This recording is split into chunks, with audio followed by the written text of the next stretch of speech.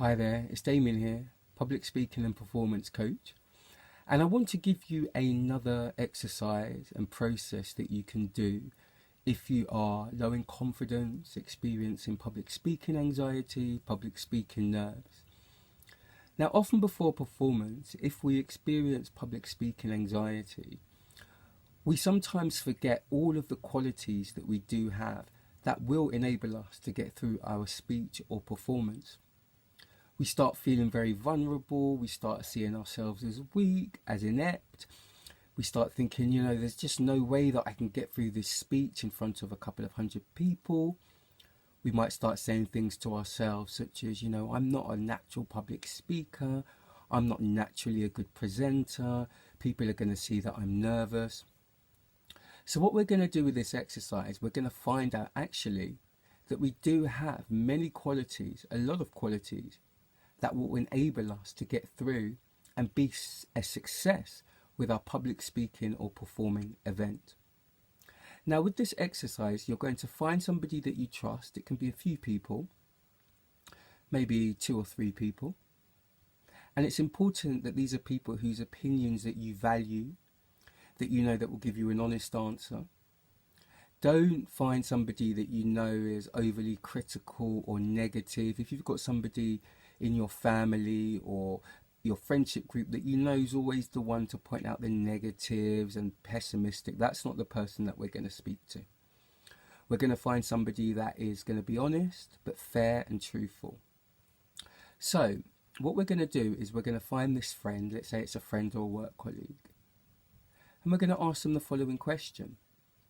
And the question is, what makes me resilient?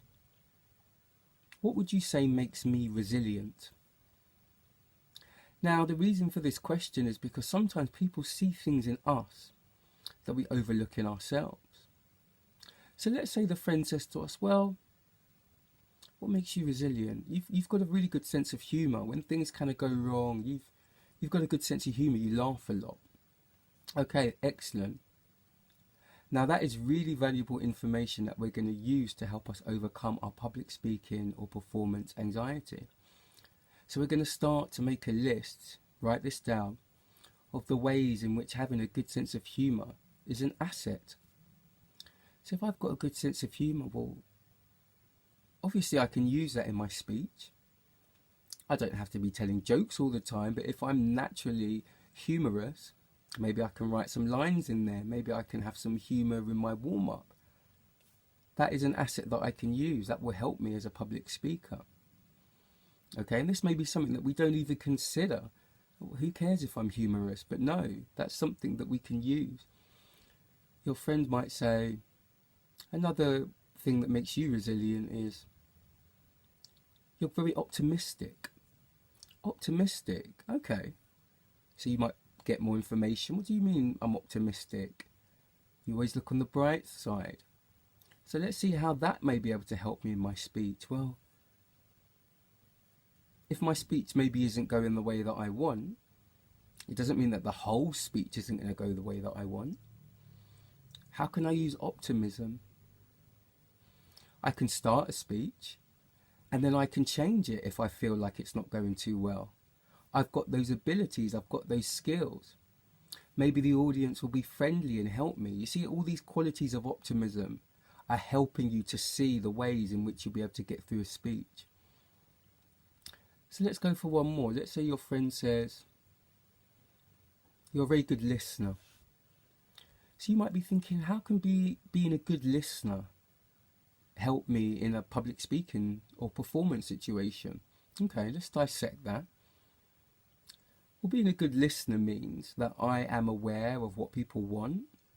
I listen to their needs, I listen to their expectations. These are all valuable qualities that I can apply to a presentation. If I'm a good listener and I'm doing a work presentation about a deal coming up, I know exactly what the client wants. I don't have to be the greatest public speaker in the world, but if I listen to their needs, they're going to buy from me or they're going to be engaged in this presentation. Okay, so being a good listener actually may be something that we don't really put value on, but actually that is going to help us a lot in our public speaking event. We're going to be able to use what we hear. We're going to be able to find out exactly what the audience wants, and we're going to be able to deliver it. And all of that comes from listening. So those are just some examples that I just generated to think about, that you can think about. But obviously, ask your family, ask your friends, ask your colleagues, what makes me resilient? What are my strengths? That's another way of saying that. What are my strengths? And then you're going to dissect that. And then the next part is you're going to say, well, my strengths allow me to be a public speaker, good public speaker, because that's going to help some of the anxiety, some of the lack of confidence. Okay, so try that. Let me know what you find out about yourselves. And until next time, thank you.